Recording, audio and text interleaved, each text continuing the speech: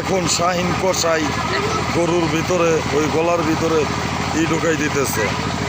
এমরে ফেলা ধরে রাখছে মাথা।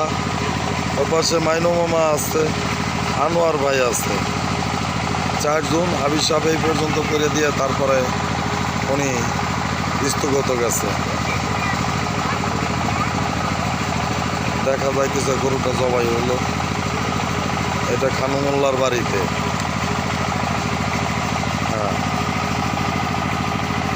এখনো জানি হয় নাই কিভাবে ধরে রাখছে ও শাহিন।